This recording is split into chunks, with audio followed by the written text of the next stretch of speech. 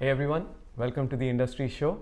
I'm your host Nitin Bajaj, and joining us today is Shafat Qazi. Shafat, thanks for being with us. Oh, absolutely. It's an opportunity. Thank you. So what is BQE?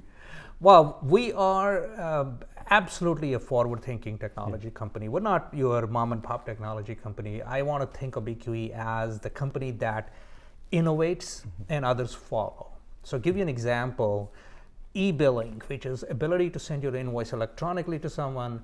We came up with that in 1997.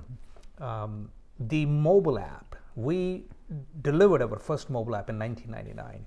The web-based software, our first web-based software was 1998. So we have been innovators in technology, and we show people how to do it and scale up from there. So I take pride in saying that we really are a cutting-edge technology company. Out there before, Yes. long before others. And willing to take the risk. Yes. Yes. Why do you do what you do?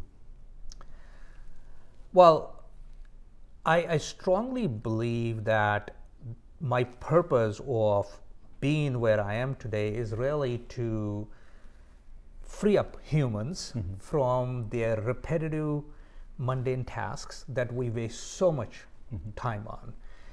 Just like we used to be on a horse and cart and travel from point A to point B and waste so many days. Now we have, fast airplanes and fast trains.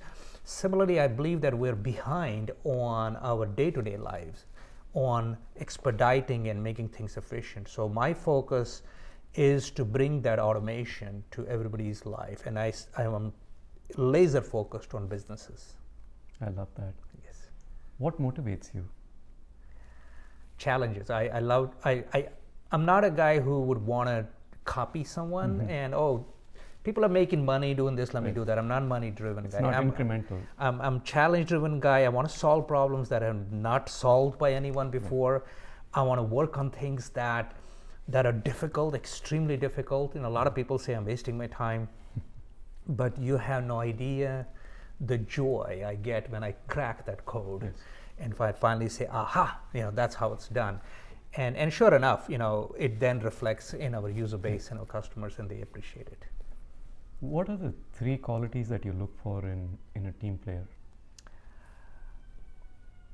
Very, very good question.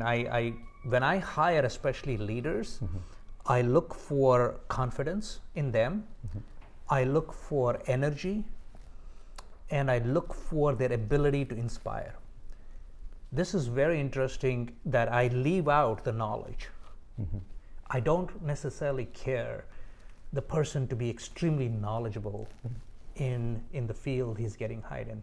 But if the person is confident, he has the energy to do the things and can inspire other people who are knowledgeable, then we can have good leaders. So that's my, if you're planning to join BQE, make sure, those 3 qualities exist, you're hired. Tell us about a feedback from a customer or a mistake that ended up being great for your career or for the business. Well, when I wrote my first software with this company called BillQuick, it was supposed to be doing the time tracking.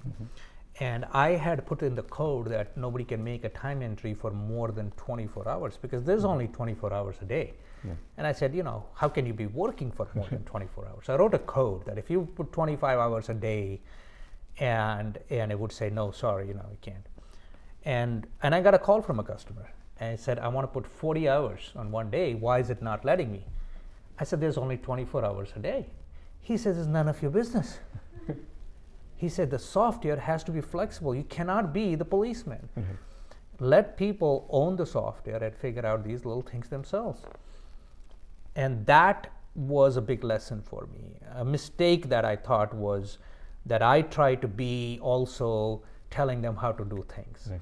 So my job was to give them the tool, not the solution. What are you not good at?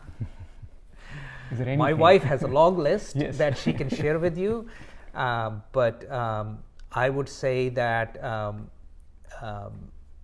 because I am obsessed with perfection, sometimes letting go is probably my weakness, because I need to let go and maybe it's 90% good, it's good to go.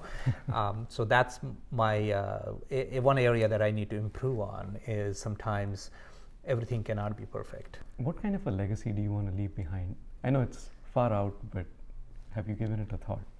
Oh, every day. I read a book very early on as a young kid, and the book said that if you want to really define your life, write your own eulogy. And that's what I've done. I've written a eulogy for myself, and that is really to make a positive difference in people's lives. And I'm not just talking about the lives of my customers whose businesses are better, but also the lives of the people that work for us or our family, friends, whoever I come in contact with. And I want to be remembered as a person who genuinely was interested in making a positive difference in people's lives.